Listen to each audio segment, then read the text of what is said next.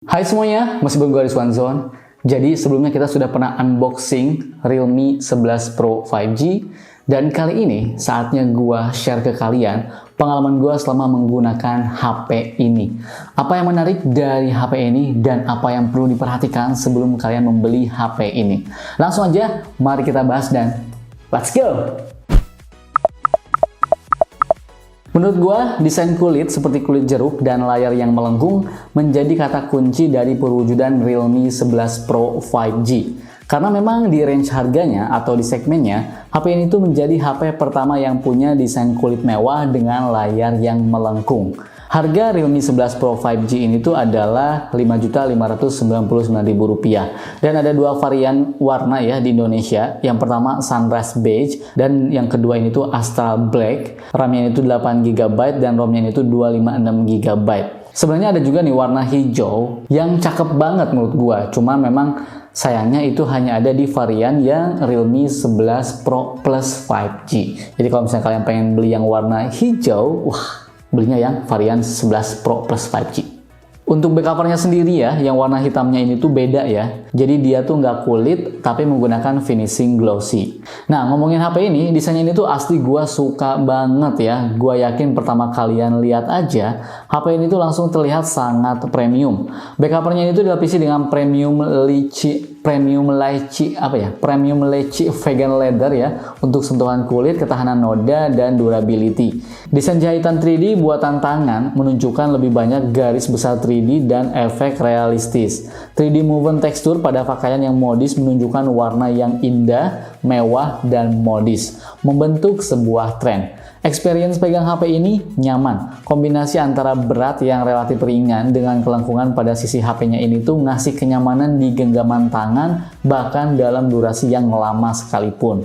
Sebelah kanannya ini tuh ada tombol power dan tombol volume. Kemudian ada juga di atasnya ini tuh lubang mikrofon dan grill speaker ya yang dibuat minimalis. Sedangkan di sebelah kirinya ini tuh terlihat polos, gak ada apa-apa. Sementara di bagian bawahnya ini tuh ada grill speaker, port USB Type-C, lubang mikrofon, dan SIM tray untuk 2 nano SIM tanpa micro SD.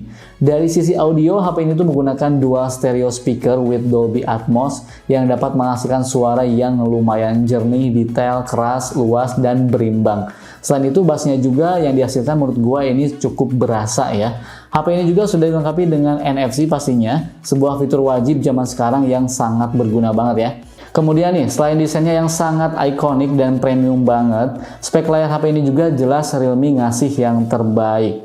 Punya layar melengkung fleksi berukuran 6,7 inci OLED dengan resolusi Full HD+, dengan refresh rate-nya itu 120Hz, dengan touch sampling rate-nya itu di 360Hz. Untuk melindungi layar curve tersebut, pada smartphone ini sudah disematkan 0,65mm secondary tempered glass screen yang mampu memberikan proteksi lebih dari goresan maupun benturan.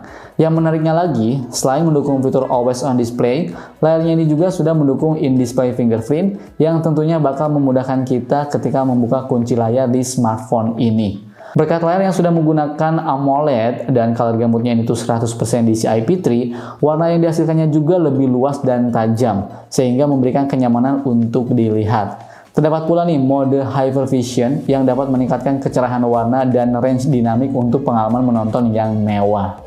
HP ini juga menyematkan fitur teknologi peredupan PWM 2160Hz yang mampu menyesuaikan cahaya layar dengan kondisi cahaya di sekitar, dan juga menjadi smartphone OLED pertama di industri yang menerima sertifikat bebas flicker TUV Renlen. Untuk kameranya sendiri, HP ini tuh beresolusi 100 megapiksel dan dilengkapi dengan portrait lens 2 megapiksel, dan untuk kamera depannya ini tuh 16 megapiksel. Fitur di kameranya itu memang nggak selengkap kakaknya Realme 11 Pro Plus ya, tapi fitur kamera di HP ini tuh udah sangat ngebantu banget buat kalian yang hobi foto-foto dan ekspor kamera sebuah smartphone. Ini udah oke banget. Ada fitur 2x lossless single lens zoom ya, kita bisa melakukan zoom untuk mengambil foto resolusi penuh dari zoom non-digital, dikombinasikan dengan teknologi sintetis multiframe untuk dengan mudah mendapatkan foto zoom lossless 2 kali yang sangat jernih.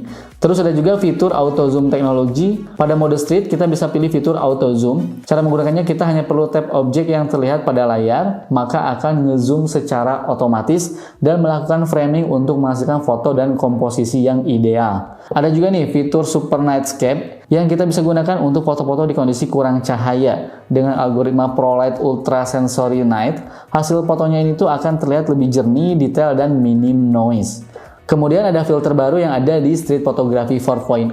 Fitur ini hasil kolaborasi dengan Lonely Planet, di mana ada filter sinematik, ada filter crisp gitu ya, dan tranquil. Dan gak cuma itu, kita juga bisa menambahkan watermark khusus dari Lonely Planet. Terus gue juga suka sama fitur One Take. Pada mode 100 megapiksel, kita bisa aktifkan fitur One Take untuk menghasilkan beberapa foto dalam sekali pengambilan gambar.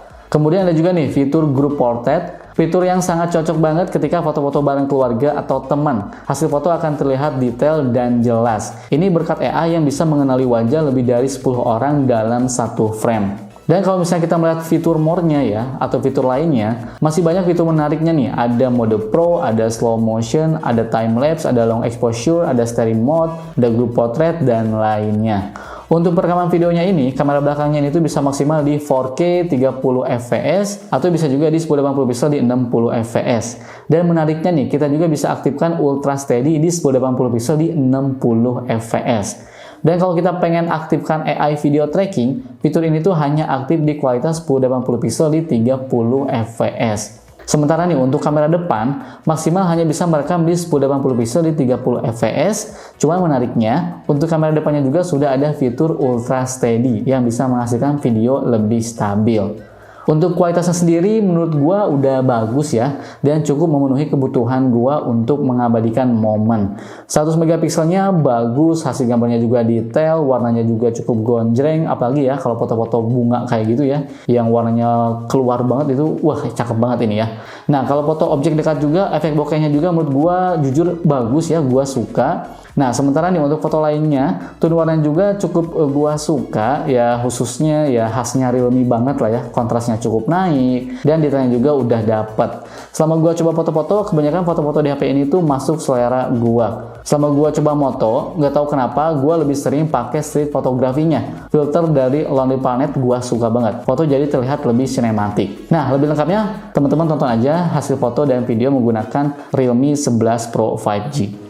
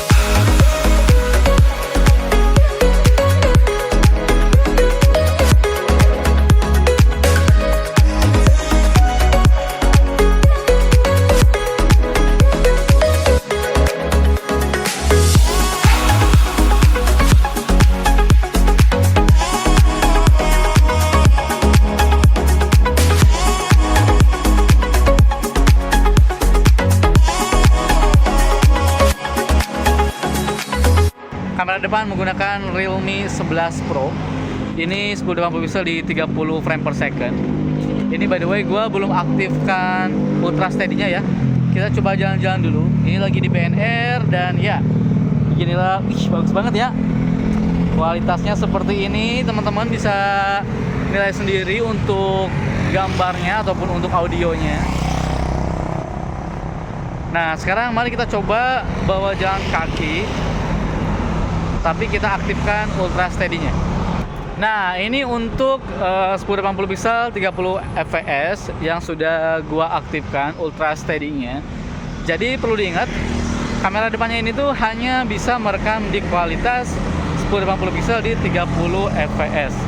Sekarang kita coba ke sini dan ya, kita mundur. Kita coba jalan ke sini. Oke. Silakan teman-teman lihat sendiri untuk kamera depannya seperti apa. Ini adalah perekaman menggunakan Realme 11 Pro 5G 4K 30 frame per second. Oswa, jangan lupa. Kita coba jalan kaki 4K 30 fps ya.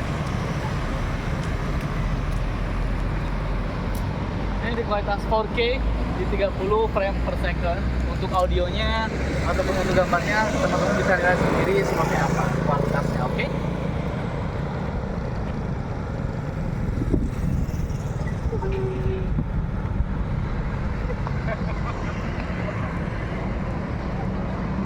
Ini di kualitas 1080 pixel di 60 fps ya. Kita coba nyebrang. Yuk.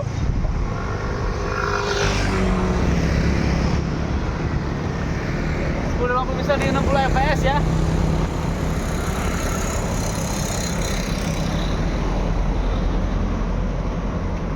Oke.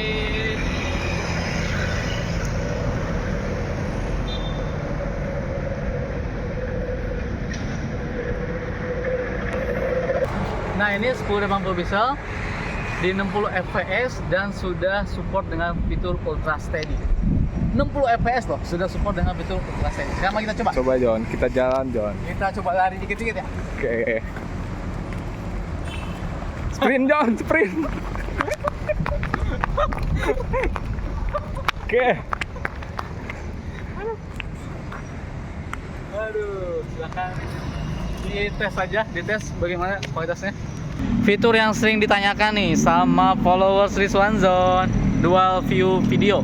Jadi kita bisa merekam secara bersamaan baik kamera depan ataupun kamera belakang tuh. Kita bisa zoom juga nih untuk kamera belakangnya tuh.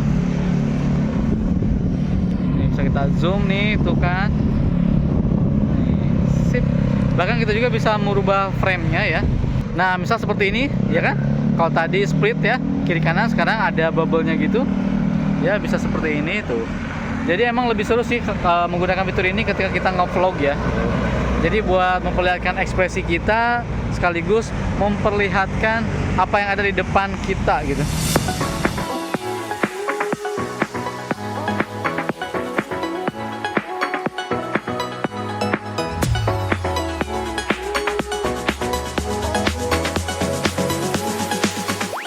Nah, nggak cuma desainnya yang sangat premium, terus fitur kameranya juga sangat menarik banget ya buat gue pribadi jujur. Nah, performa HP ini juga sangat bisa diandalkan. Menggunakan chipset Dimensity 7050 5G, RAM-nya itu 8GB plus 8GB virtual RAM, ROM-nya itu 256GB, OS-nya itu Android 13 dengan Realme UI 4.0. Kalau melihat dari skor benchmarknya, performanya ini tuh masih sangat bisa diandalkan untuk menjalankan produktivitas maupun bermain game dengan sangat lancar. Pada Antutu ya, gue coba yang kedua nih ya dengan mode performance, hasilnya itu bisa tembus 500 ribuan poin. Nah, sensor juga nih terbilang lengkap, giroskop juga ada, bakalan berguna banget nih buat kalian yang sering main PUBG atau game-game yang mendukung giroskop. Dan untuk stress testnya, kestabilannya itu di angka 99,7%. Kemudian nih gue juga coba bermain untuk Mobile Legends ya. Untuk settingan grafisnya itu bisa di high dan refresh rate-nya itu bisa juga di high. Sedangkan untuk FPS yang didapat yaitu di angka 50-60 FPS. Gameplay yang dihasilkannya juga menurut gue ini udah lancar banget, gak ada isu sama sekali yang mengganggu. Selain itu gue juga coba nih tes main game PUBG. Untuk settingannya itu mentok di HDR dengan frame rate yang itu ultra, atau kita juga bisa set di smooth extreme ya. FPS yang didapat berubah-ubah ya, secara dinamis di angka 30 sampai 40-an FPS. Gameplaynya juga cukup lancar. Overall jujur selama gue main game di HP ini tuh nggak ada kendala sama sekali. Overall aman-aman saja. Nah, dengan baterai 5000 mAh, gue juga coba tes nih menggunakan aplikasi PC Mark, dan hasilnya mendapatkan skor di 15 jam 9 menit. Benchmarking ini tuh dilakukan dari kondisi baterai 100% sampai 20%-an. Dan kalau secara real life, balik lagi ya ke penggunaan masing-masing, keawetan baterainya itu bakalan berbeda banget ya, sesuai dengan ya aktivitas kalian melakukan ataupun aktivitas yang kalian lakukan pada smartphone kalian. Jadi kalau misalnya secara real life ya susah sih ya, karena itu masing-masing. Belum ada yang pakai wifi, belum ada yang pakai mobile data doang gitu kan, belum ada yang pakai GPS terus-terusan, belum ada yang pakai ya, jadi sangat amat susah untuk ditebak-tebak. Cuman kalau dari aktivitas gua yang biasanya gua WhatsAppan, kemudian sesekali buka YouTube, gua nggak main game ya, kemudian mungkin Spotify ya kalau di mobil, terus edit script, mungkin buka kamera juga karena bikin konten gitu ya, bikin story gitu, bukan Instagram dan lain-lain. Itu jujur menurut gua sudah awet banget karena udah bisa bertahan seharian. Jadi kalau misalnya gua berangkat pagi, gua sampai rumah maghrib tuh ya masih ada gitu. Jadi tinggal casnya tuh nanti jam 7 tuh baru dicas. Berarti overall sekitar bisa bertahan maksudnya bisa bertahan sekitar di angka lebih dari 10 jaman. Nah, sementara nih untuk ngecasnya, dengan dukungan 67 watt SuperVOOC, ngecas dari 14% hingga 100% hanya memakan waktu sekitar 47 menitan saja. Oke, baik, kesimpulannya. Selama gue menggunakan HP ini, jujur buat gue pribadi, Realme 11 Pro 5G ini tuh berhasil memberikan rasa atau experience atau kesan ya, atau feeling gitu ya.